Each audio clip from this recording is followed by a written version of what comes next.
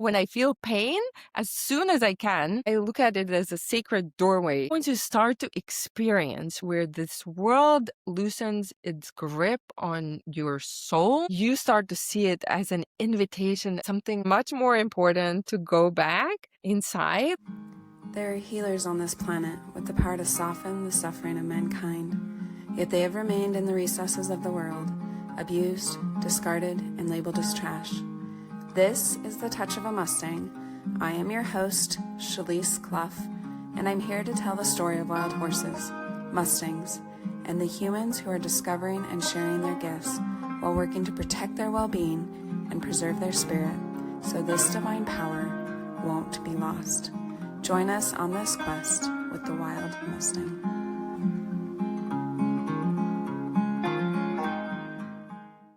Baiba, thank you so much for being here today on the Touch of a Mustang podcast. I'm super, super happy to be here and have this conversation with you. To start with, can you tell everybody a little bit about yourself and what you do? Yes. So, like you said, my name is Baiba, and I host also a podcast that's called Live in Technicolor. And I also teach somatic movements for more energy, more vitality. I specifically teach Qigong and Tai Chi that work on the tendons, on fascia, and flexibility and mobility of the body. And so everything that I do is emanating from this purpose of reigniting your own spark, reigniting energy, and bringing more joy and energy into your life. Beautiful. Tell us more about how you got there, what that journey was like. You used to work in the corporate world, is that correct? Yeah, so the journey probably originated on the other side of Atlantic Ocean when I was born in Soviet Union. And I came to United States after high school. So I had started university or college back in Eastern Europe, a small country called Latvia. And there was something in my own soul that was planted that was driving me to come to America. I probably saw it as a beacon of freedom, and somewhere it resonated with my own soul. And now that I look at it, I think a big part of my purpose is really finding and helping others, leading others to find that sovereignty and freedom within themselves. But so I came from Soviet Union, which was an occupation essentially by Soviet Russia. And then fast forward, blinders on, came to America and kind of carved a path to stay here. And as you mentioned, after graduating from college here, I tried different jobs and then eventually kind of put my ladder against the wall of recruiting in corporate America. And so I did that for about 15 years, climbing this proverbial ladder or linear model of the next level role, more responsibility, bigger team, more money. I was a good achiever, a good climber until, over the years, I have had this call. If you ever felt this feeling where on the outside, you feel like your life, like everything is validating, you're checking these external boxes, right? You have a really great child, you're a great mom, according to everybody else, you have a house, you have safety in the physical means of this, 3D reality, or what we are calling reality and seeing with our eyes. But something inside of me was just dying. There was kind of this spark, and I was also experiencing a lot of anxiety, a lot of stress. And literally, I can compare it to that spark within me, like dimming. And then it scared the shit out of me, after in my early 40s. It's just like kind of in your 20s and 30s, you can make yourself like to fit the model, to force yourself to push through. To like check all the external boxes, to do all the responsibilities that, this world tells you to do. But at some point of time, I just became so exhausted. I was having pains in my body. And like even my evenings or weekends, I just felt fatigued a lot. Like I was literally recovering and I didn't have energy for my own life. So it wasn't even that I was working like 60 hours a week. No, by no means. But like my energy was somewhere being drained. And so that's kind of fast forward where I am now leaned into going 180 degrees in all the other direction that I was so well programmed and trained.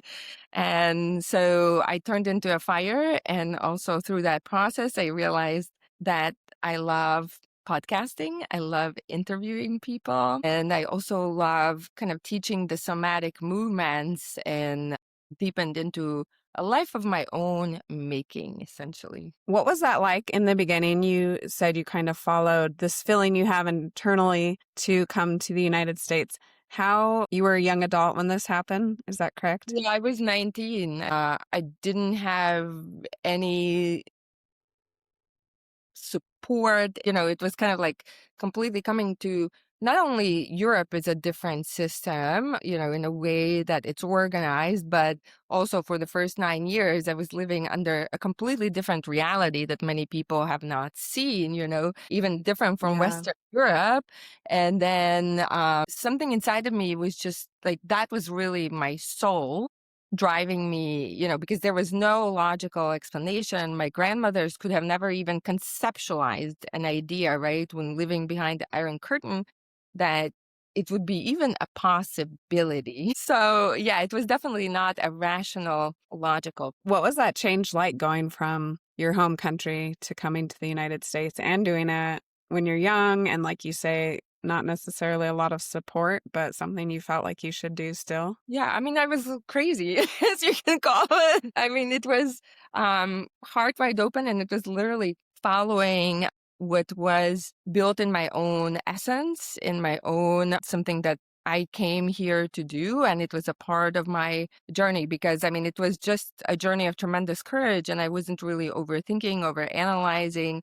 It's funny, like yesterday, I went out for a dinner with a friend of mine, and I was talking to her and saying, okay, in my 18, 19 years old, I came here without a plan, without a savings account, without a 401k, account, essentially without this safety net, right? That this world tells us where we derive safety and stability and has us working so hard for. Now, I was telling her, isn't that so interesting that when we have the 401k plan, where we have some savings, like I feel more scared than I did when I had nothing. And I was just Yeah. going and following that voice, that call on my heart. Yeah. It is interesting how a lot of those things we tend to get so focused on where we think we have safety, but then we start living in fear because we think, well, what if something happens? What if it doesn't go the way we're planning to go? And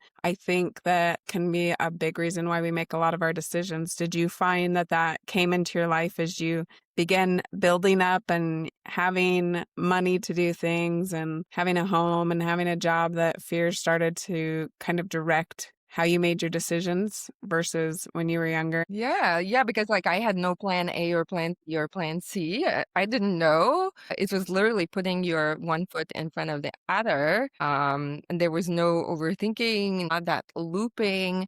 And I definitely see how, and it's probably different inputs that go into it. But after like the later 30s, how there was much more that running that program than thinking and coming and putting a lot of energy into that safety money program. Yes. And thinking about the Yeah. tokens, like all the decisions now are being driven by primarily by the tokens. Where do you feel like you developed, which I think a lot of us have that need to kind of be the good girl or to follow the check marks, be in the boxes? Is that something that developed from your childhood, or is that something that came more once you came to the United States? And how did that affect your choices moving forward before that changed for you? Yeah, so I call it, for me, it was essentially betraying myself, where I started making decisions, behaving according to others, not of my own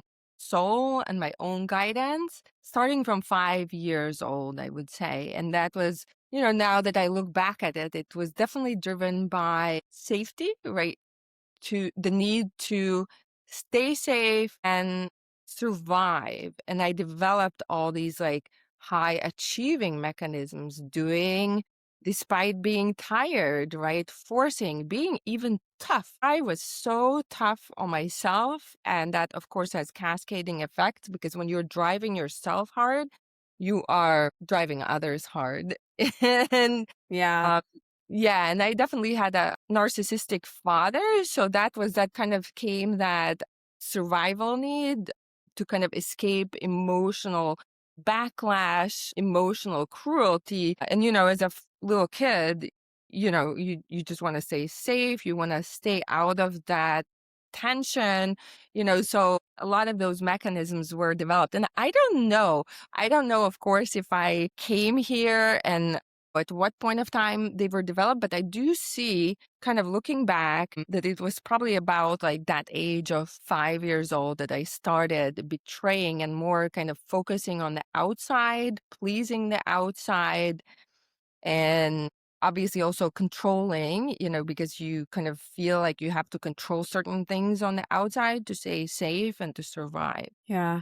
And it's interesting because you say be trained, which I totally see that in a point, but also as children, that's the thing that we have to do to survive, to keep moving safely in the world. So it is interesting to think about that maybe there was no other way to do that at that time than to let go of those little pieces of yourself so that you could stay safe in your world, whether that was Yeah. belonging or, actual physical safety. How did you go from something that was developed when you were a very young child, like that was the way you learned to interact with the world and to stay safe in the world, to take care of yourself?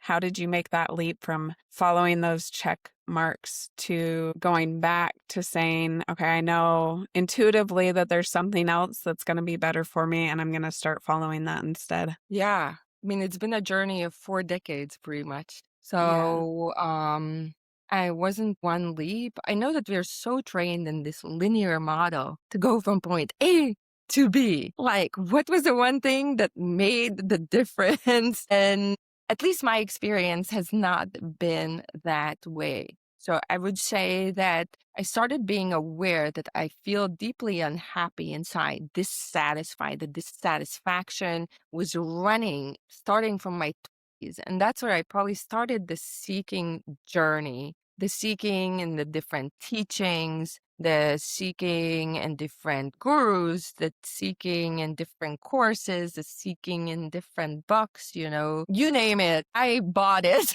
like the books, the courses, like the teachings, it was seeking very, very, there was something that was driving me that there must be a better experience. There must be something more. I mean, and I think that was a part of my own soul's, like the imprint, kind of the same thing as, when I came from Latvia to United States, that it wasn't a logical, like something that you get to and you decide. This was a deeply, like a spiritually driven path. And I would say I probably spent years looping, I worked with different teachers and whatnot. But really, I would say what made a huge difference, and I don't know, it probably also is a culmination, right? Sometimes we can also, we've learned like also this learning and awareness and then seeing something, seeing ourselves. It's like a process and it's almost like we have to adjust. It doesn't happen. At least it hasn't happened to me going from 0 to 180, but it did accelerate hugely where essentially I call it like I was able to break away, to blow up all the chains that were binding me, that were binding my own essence, that were binding my own spirit in the last year. Like I started to walk in a radically different direction, but it was my choice that I chose this like very devoted spirit path and walking into my own fire. Yeah. Yeah. I find that to also be true. Sometimes we think it's going to be a big change, but a lot of times it's those gradual steps that lead us to a different destination down the line, a lot of different things along the way. to where we're able to come live into a life that feels more true to ourselves. And I don't know how you feel. For me, I'm still like, doubt it sometimes, like maybe I should go back this way and worry about these things and kind of ignore and tamp down those things that you feel internally and that kind of intrinsic pull. Have you found that at all? Yeah. Yeah. And again, it's like, it's the same thing that you're never really at some sort of perfection, right? That also our mind is trying to force or arrive. Because I remember how many times I'm like, well, I've already experienced this. Why do I need to make the same lesson again? Like, why do I need to, like, have the same experience just with a different person? But that's where this masculine world, and by masculine, I don't mean men. We are being indoctrinated or sold this very linear approach. And that's what I mean by masculine, because both men and women have feminine and masculine energies. And I just like part of the exhaustion for me, and part of what we are seeing reflected on this earth and this planet, is that this imbalance of exalting the masculine, so the strategy, the mind, the action, and force, right? The kind of all of those can be good, but I was very imbalanced with the feminine. And I think that the exhaustion, like that I was feeling, the fatigue, like lack of energy, was just like a forcing function to just like, okay, if you're not gonna stop, you will get stopped, because Yeah. you will not be able to keep it this way. And I also see it kind of how much of it I was doing with my son. So I have one son who is, I think I heard that you have 6 kids. So I don't know how, but I have just one, and he's like also a big part of my journey. And I also see how much I was trying to force him, how many moments have there been, and how much of a training ground it's been to pull back that forcing, kind of the masculine energy, also that obviously the corporate America trains in you, is take action, measure everything. Everything is growth, right? It's supposed to be growth, growth, growth.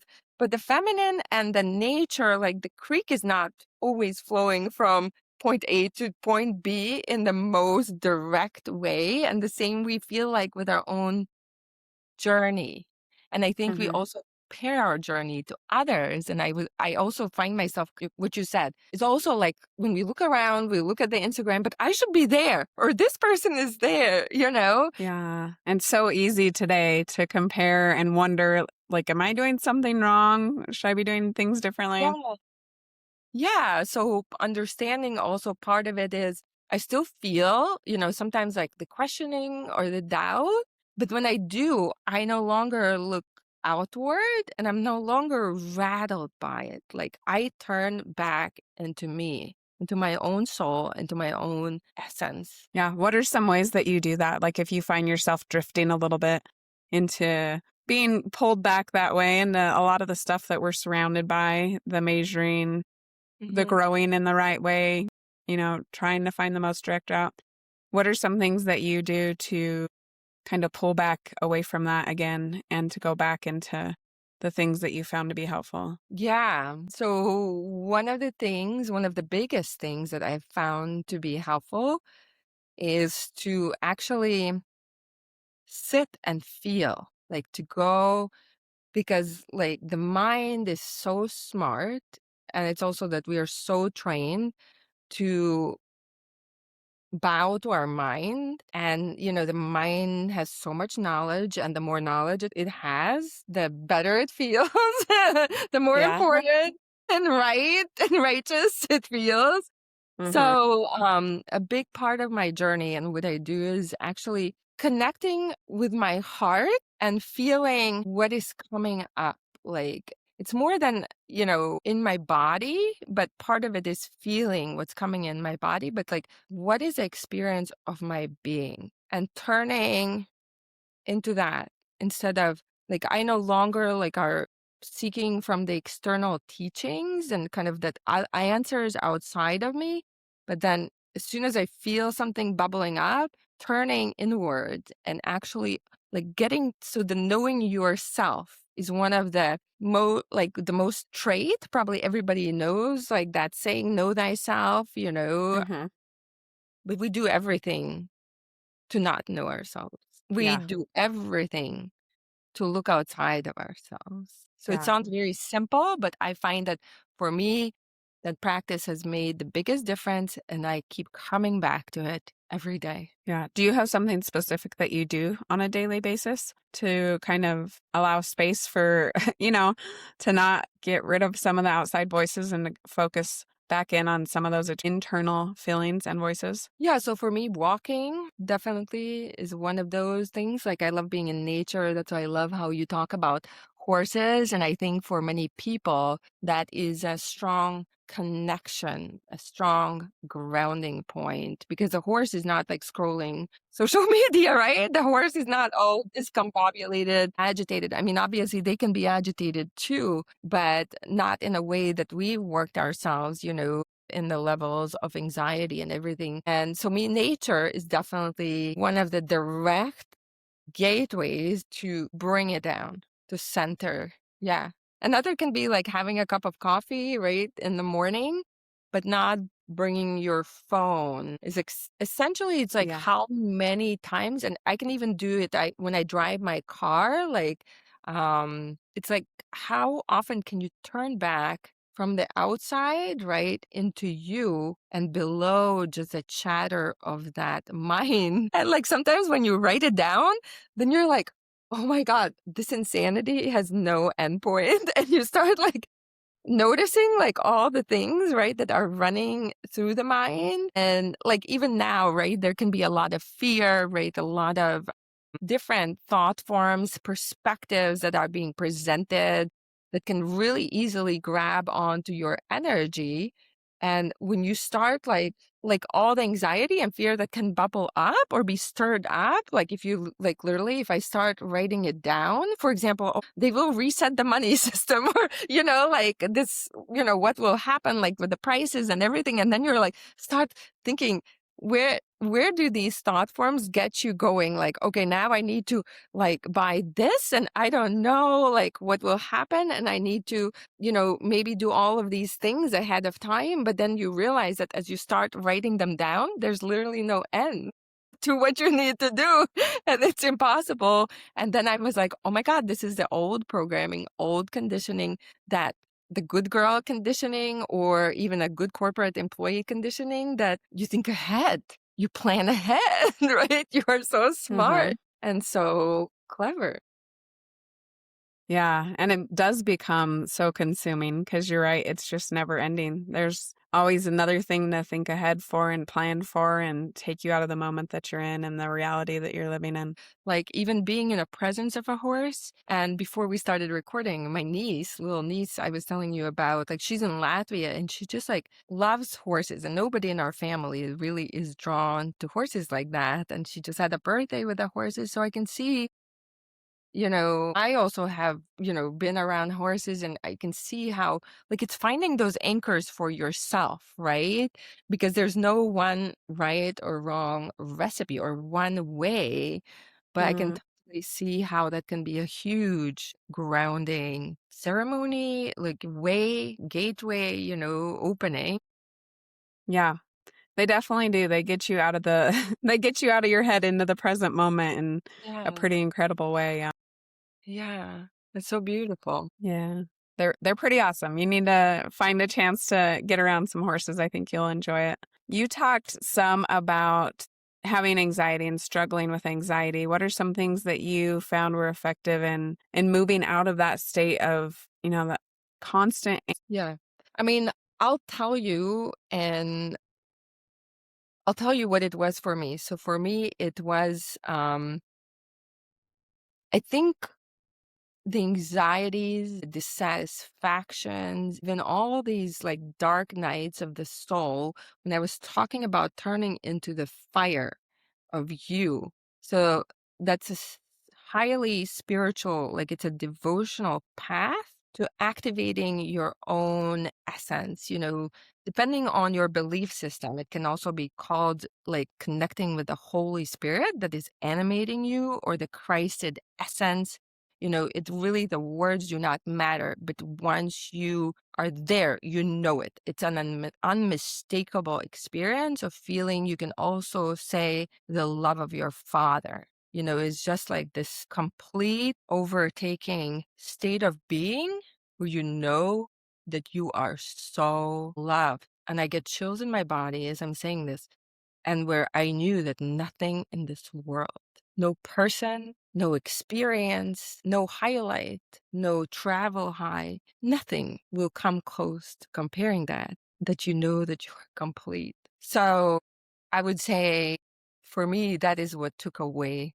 Once I leaned in and once I really devoted to that spiritual activation, that is when the anxiety went away. How did And I you get to that point? How did you find that for yourself? So all those clues, like all that pull on my heart, like that dissatisfaction, the pain, like the anxiety, the like dread, like many days when I was waking up, like all that struggle, the way I see it right now, looking back, hindsight is 20. The way I Right. see it, really your soul, it's kind of that more spiritual path that you're being Uh-huh. invited to wake up to see beyond these like this physical world that we are so enamored to because that's what we see with our eyes. And of course, the outside of us, we are being like over and over conditioned that that's a reality, right? That we need to measure everything. And that's a part of this masculine and linear model. But I think that these pains, it's like it's this divine spark inside of you. It's like, okay, are you going to wake up? Are you going to listen to me? Are you going to honor me? Are you going to turn towards me? Right. And for years, I was like, no, no, no, I have a to-do list, right? Like I felt Yeah. it and I did. And I actually felt like I was doing things because I was reading and I was taking the courses and I was taking whatever, doing when I thought, Doing. I was doing and doing even through the seeking, like Yeah. this is like the meditation, whatever, Christianity, Kabbalah, like even Joe Dispenza, all these Eckhart Tolle, you name it, because there was that pain driving me. And I think that that pain is really that divine spark saying, are you going to listen? Are you going to steamroll over me? Again, one more day, because you think everything else is so much more important. Yeah. Did I I answer your think question? I'm like, see, what was exactly the question? I mean, I don't know, but it was good. But yeah, I think we all kind of suffer from that where we put off what is really important for the things that seem important in the moment or right in front of our face, particularly, money and the pursuit of it and the pursuit of, progress and status, those things. And so that we really do kind of forget, like, there's another side of us. There's a soul inside of us. And what are we doing to nurture that? So I love that. And you said, was it an instant thing where your anxiety was gone, or was it more of a journey like we talked about before? So I would say that it's like a spiral. So even even though for me, the anxiety no longer is that constant companion, the fear is no longer like it was for like many, many years, but it's still like you will still have emotions come up. Fear still can come up, like different. Also, it depends also. So to answer your question, no, it's not just one moment. I would say that it's just kind of when you calibrate to a certain point and then through your day-to-day experience that you literally have this sensation, you have that state of being knowing, it's a gnosis, that you are animated by that Christed essence, by the Holy Spirit. Like you know it. Like you don't need anybody else to tell you, and you don't need to prove that. Once that happens, it still happens that you have these different things and different feelings and experiences. And even last weekend, I felt like there was a lot of heaviness that I moved through.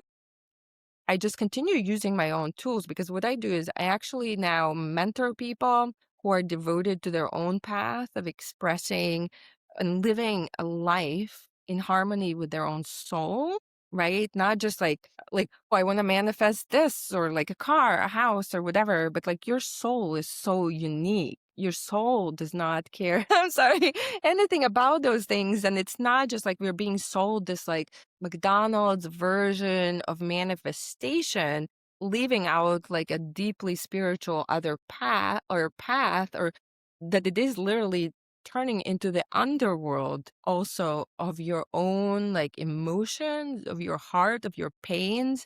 And kind of like when I was going through it, and what helped me was really feeling there was a lot of like nurturing love that was missing from my childhood. And I had to feel waves and waves. And sometimes it just felt like it was swallowing me. Like there were times where I felt like I wasn't strong enough. And I think that's why it took so long, because we are so good at running away from the pain, right? We will make the coffee cup, right? We need to take care of so many things, right? We kind of push through, but we also push through kind of the sadness, the pains, all these kind of quote unquote negative feelings. Mm-hmm. And so I never found it to be just a one time thing. Like I had to it's kind of like coming back to the altar, of your soul, that divine spark, and then kind of also that ignites like the clears like more of that connection also with the bigger source, benevolent God. I call it living benevolent God, whatever it is for you. Mm-hmm. Yeah, you said a couple of things I found really interesting. I think I found the same thing where you really have to come back to it or you'll go off track again. It is a continual process to kind of recalibrate, to stay in connection with your inner state of being, with your creator, however people see it. That, yeah, it's something that you have to integrate regularly in your life, or so quickly you'll be pulled away. You get on your phone and you're in a whole different world, pulled away. It's very easy in our world today. I also love what you said about pain and how that's the beacon to tell us something's wrong. You need to you need to fix something. That's a principle I found to be very true in my life and that of my family as well, it's a sign to us that something's not right when we feel, and by pain, it's not physical pain usually, although it could certainly manifest as some physical pain, but a lot of that emotional and mental turmoil that we put ourselves through, I think, is a point. When we're feeling sad, depressed, dark, down on ourselves, all those things are a beacon to call us back and be like, hey, you're forgetting something. Yeah, I love how you said it. And the pain, I see it as a doorway. It's an invitation. Like, are you going to keep running away still really, with these mechanisms, right? Like shopping, eating, scrolling, and no judgment. But Yeah. I see it happening Yeah, real. I do it too. Yeah. I mean, I'm there. I'm guilty. And this world has really, really good mechanisms to take the attention, turn it on it, right? On everything on the Mm-hmm. outside, including great teachings, Mm-hmm. including leaders and, everything, right? That can pull us outside of ourselves, pull our energy, our attention away from our own soul. But now when I feel pain, as soon as I can, I look at it as a sacred doorway. Okay, this is an invitation. And to me, like you said, it's like a daily. I've trained myself like now, because I think once you start to experience, right, where this world loosens its grip on your soul, you start to see it as an invitation, as something like, oh no, oh no, that it's much more important to go back inside. Like, okay, what else is coming up? Let's honor it. Let's hold it. Let's nurture it, right? All these things. Be gentle with yourself, like all the things that I didn't get in childhood. It's like, how can I now give it to myself? And then, of course, when you can give it to yourself, you can give it to your children, you can give it to humanity, to others. Yeah, I love that.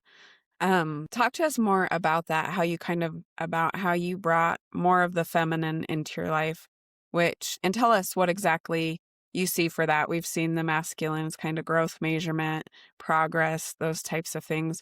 What are some of the feminine aspects to life that you see, and also that you realized, hey, I need some of this also? Not to say that we don't sometimes need those measurements and to focus on growth and stuff, but maybe to rebalance it, to recalibrate to where it's more equal, evening one another out. Yeah, so the feminine is receptivity, like being instead of taking so much action. Femininity is also wisdom.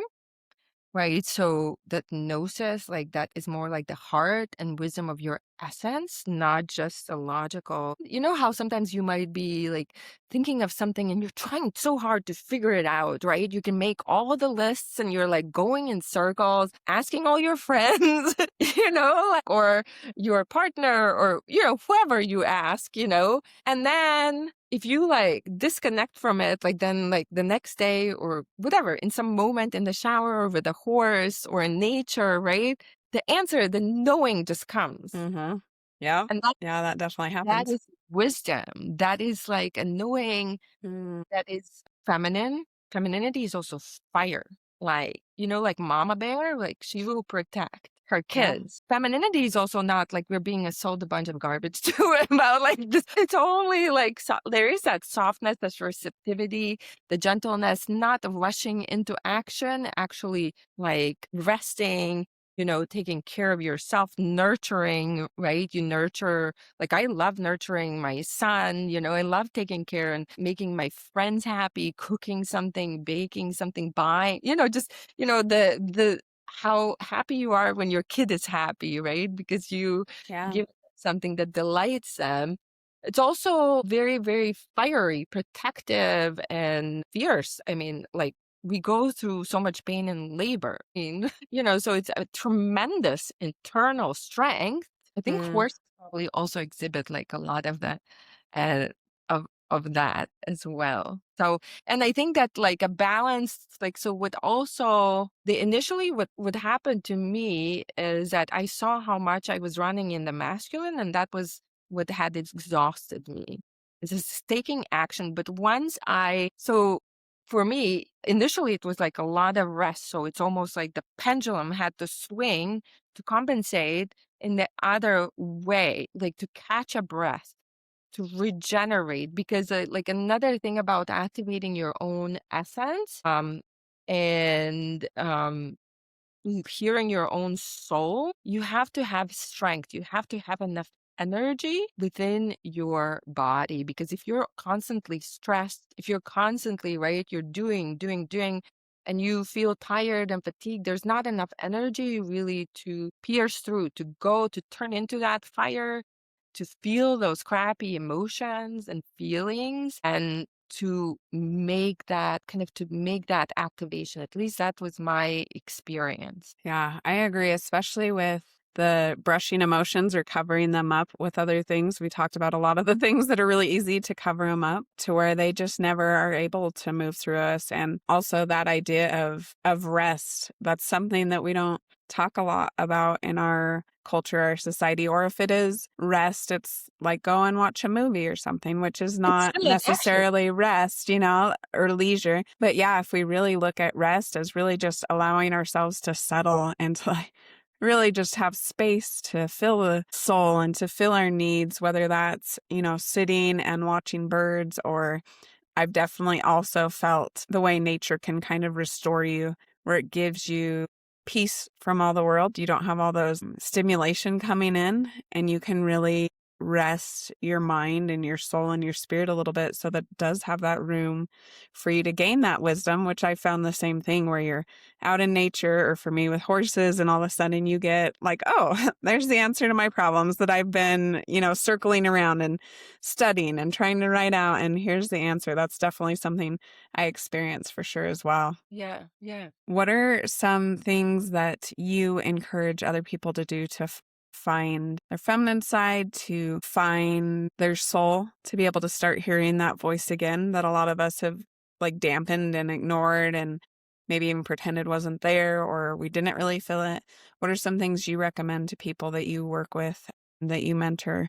What are some things you do to guide them to lean into finding their purpose? Especially, I think it was kind of the same for me around 40. A lot of my kids started growing up, and that had been where I put a lot of time and energy. And there were definitely times where it's like, who am I now? Like, if all my kids, they're all going to leave eventually. And like, who does that leave me?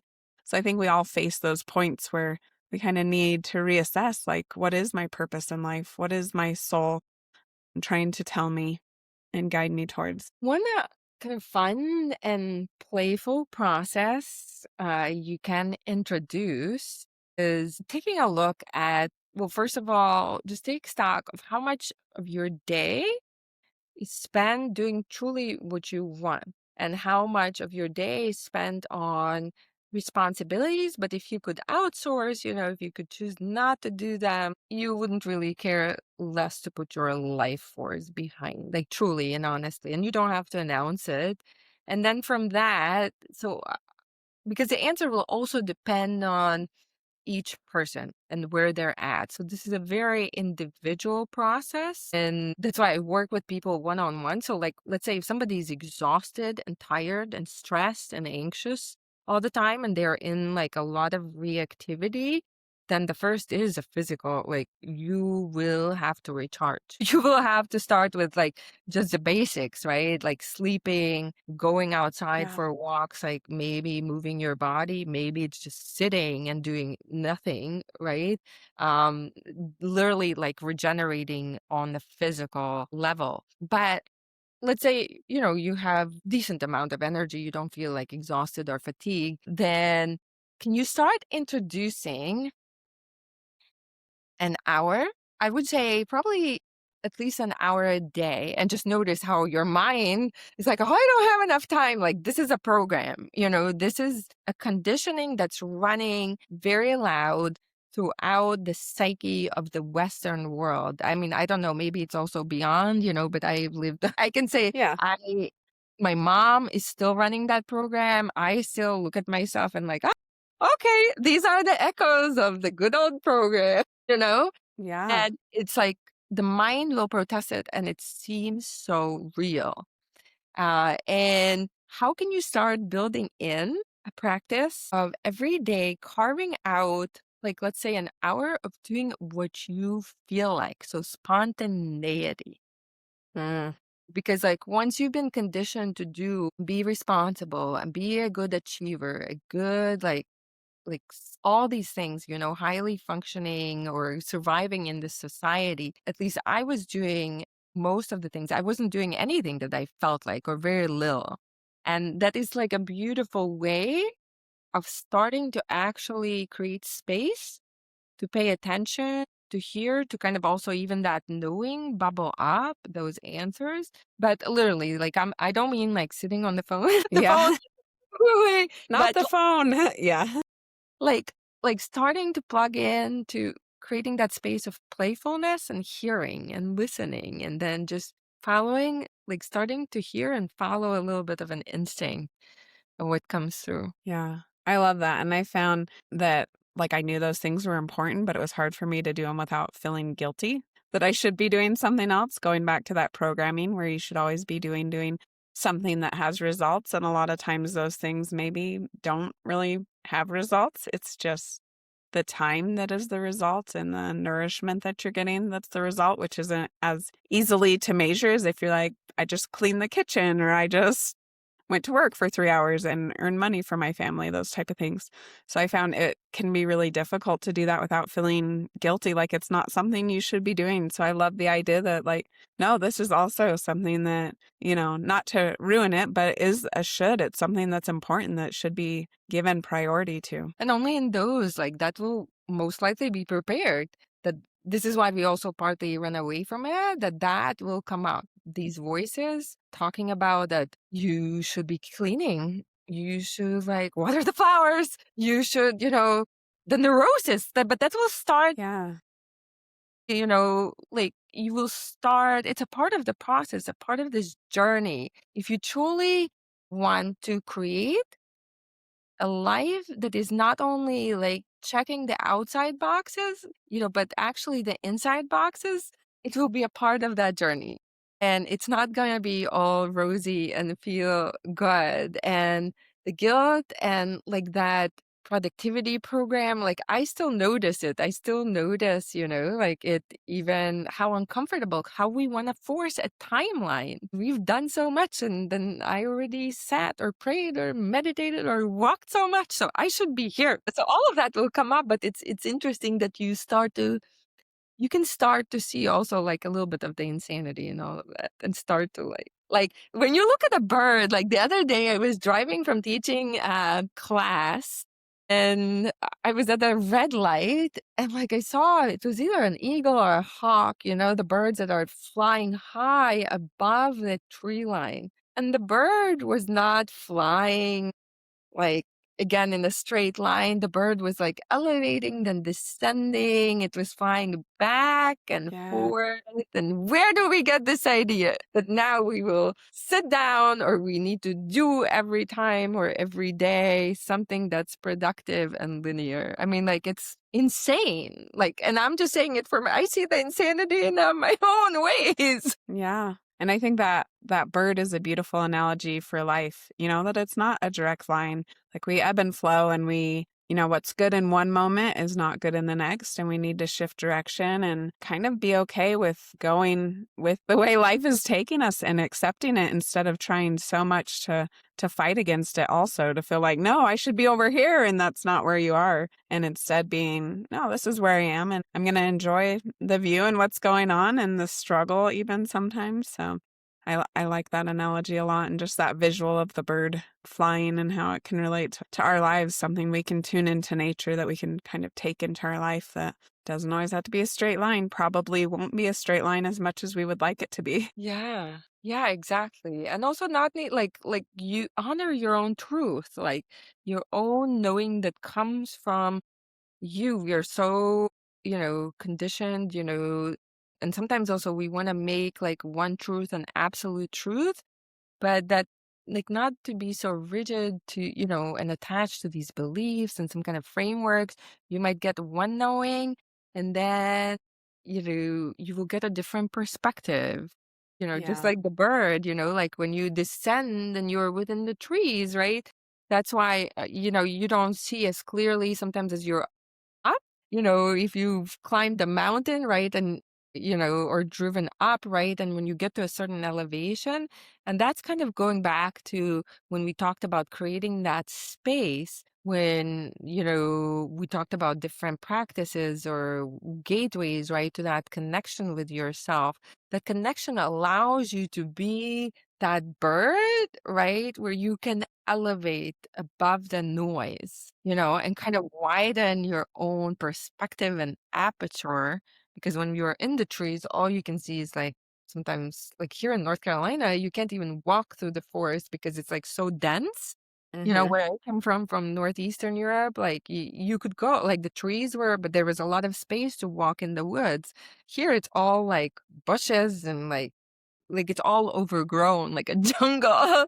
So, Yeah. and then, of course, when you're like lower, then you kind of, when you're in the density of the day to day, it's easy to. Mm.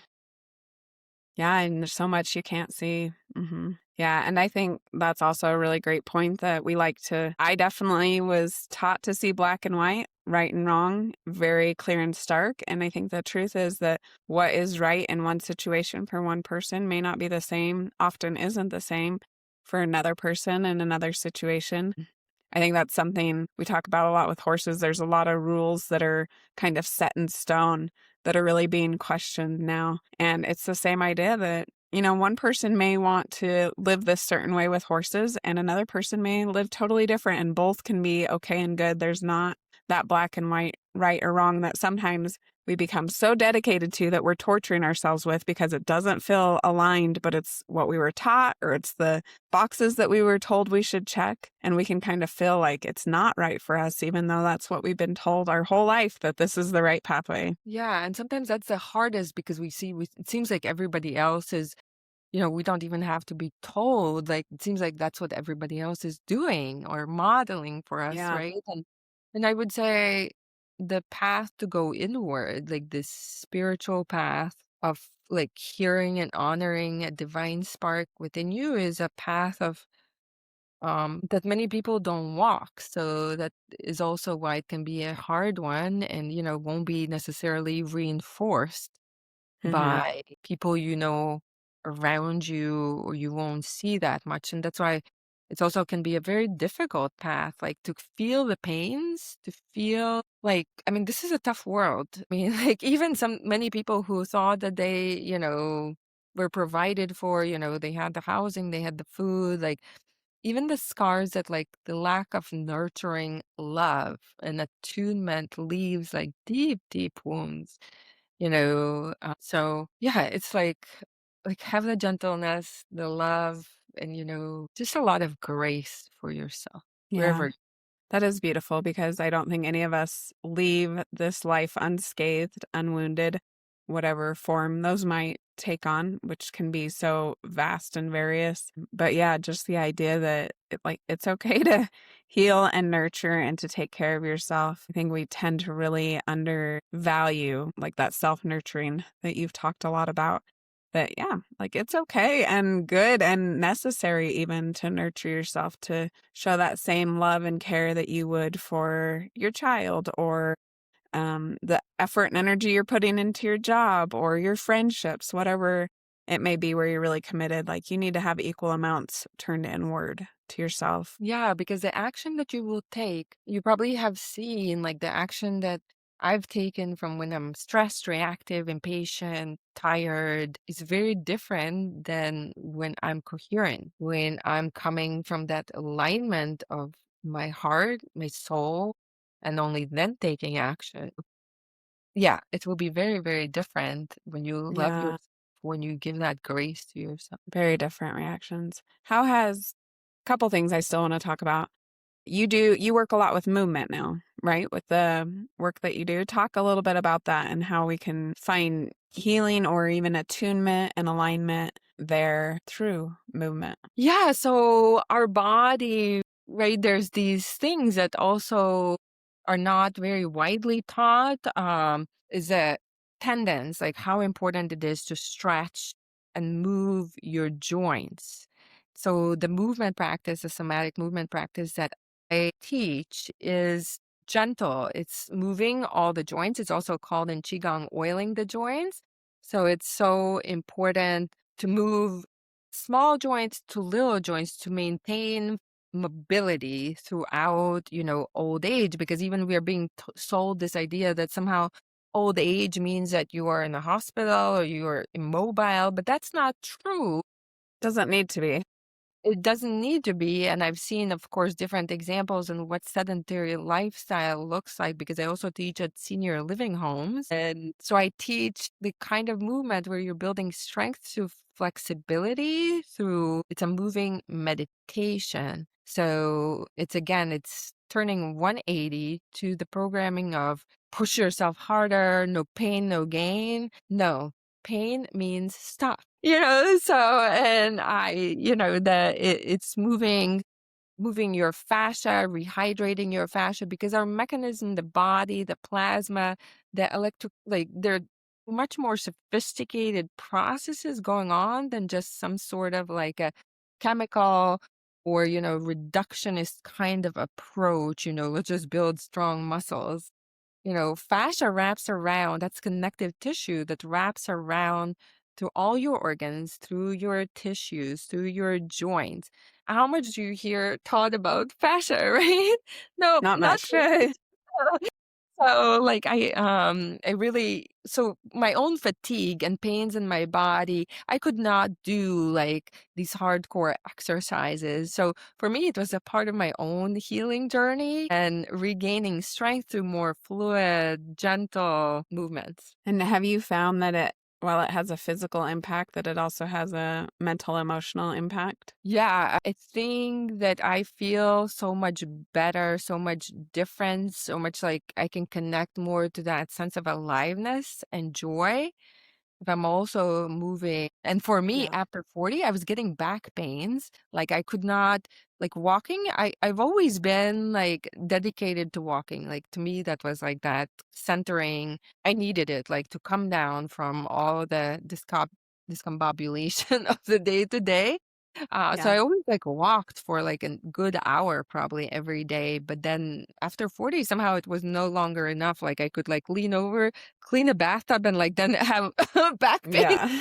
I'm like, oh my God, this is not good, So, yeah, it definitely, I think it's a part of kind of that taking care of yourself to have that, like what we talked about, the foundational, the sleep, like also, I think nourishing food, that you have to have a baseline taking care of your body to be able to, kind of elevate, to be able to activate kind of also that spiritual path. Yeah, it's incredible how connected it all is. We like to, in American society especially, we like to put in little boxes like this is physical, go to the doctor for this. This is mental, go to the therapist for this or whatnot. But most often, there's definitely an interplay between the two that the better we Mhm. feel physically, the better we feel mentally. The better we feel mentally, the more likely we are to take care of our bodies. So there really is an interconnection there. Yeah, and also, as when I was studying qigong and tai chi, so these are like based on traditional Chinese medicine, aspects and teachings, that I came across, I guess, a concept, a teaching that made a lot of sense to me, that the way we are designed is that we need to use like a lot of the imbalances, right? What you said here, we label them as mental, emotional, but a lot of that imbalance comes from us actually not using our body and our mind in a balanced proportion that it was designed to be used. So we are highly over in the brain, right? Using the mind. So many people work in corporate, right? Sit behind the computer. It's all mind, mind, mind. But then the body is not being worked. But we were meant to move our bodies. So a lot of this imbalance I found to be true, that you can, and it's been my own experience. Once I balanced it out, like it contributed hugely to feeling better. Yeah. Tell us if someone feels like they have a purpose that's kind of calling to them, or they feel like there's something deeper in their life, or they're feeling unfulfilled, what kind of advice or direction would you give someone who is feeling that discontent in their life and wanting to lean into their purpose, but maybe doesn't know exactly what that is or how to even do that? Yeah, beautiful. That is an invitation. Look, many people are in that place. Like so many people don't know what their purpose is. And it's a beautiful invitation to start. You can start by devoting the 15, 20, 30 minutes to listening, because your purpose is encoded within your essence. So it can be the most frustrating thing, because it's like, oh, if it was, I would know it, right? This is what the mind will say, you know. Mm-hmm. But it's an invitation to start connecting with yourself more deeply, to listen. I just would say honor it. It's a beautiful invitation of that divine spark.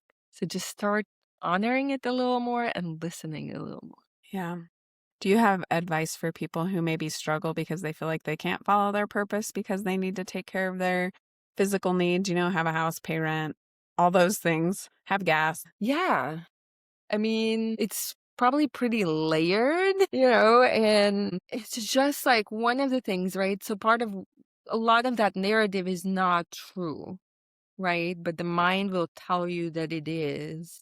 And there's a big battle happening within you.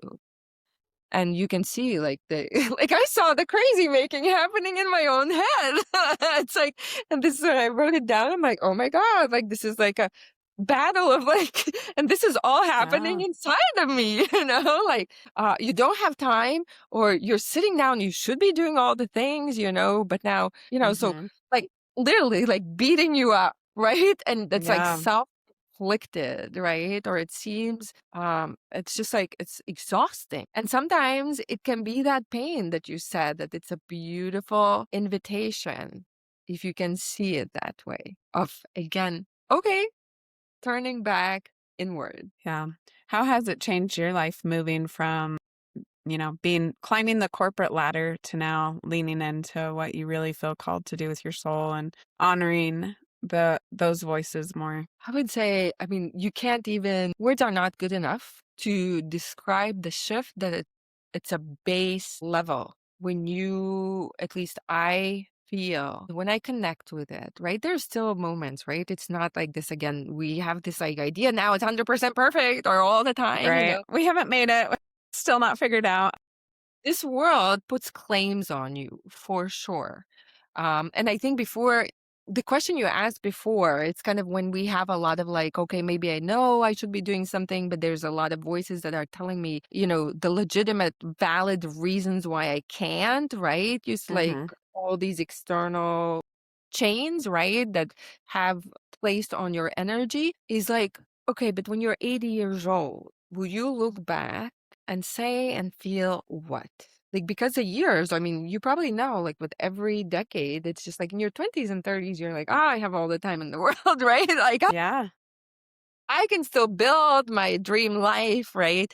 But then the time seems like quicker and quicker. And then you're like 40 plus and you're like, huh, well, before you know it, you'll be 80 in the same Yeah. place. And do you want to look back? I think one of the things that's given me so much courage, and it's not like a linear process. I also have felt defeated. I have felt like so afraid, Mm, all the yuck, right? And there have been times when I've stalled, but like I always like got back up and I'm like, no, because I do not want to look back and think, what if? yeah. What if I had tried actually to do whatever is your idea?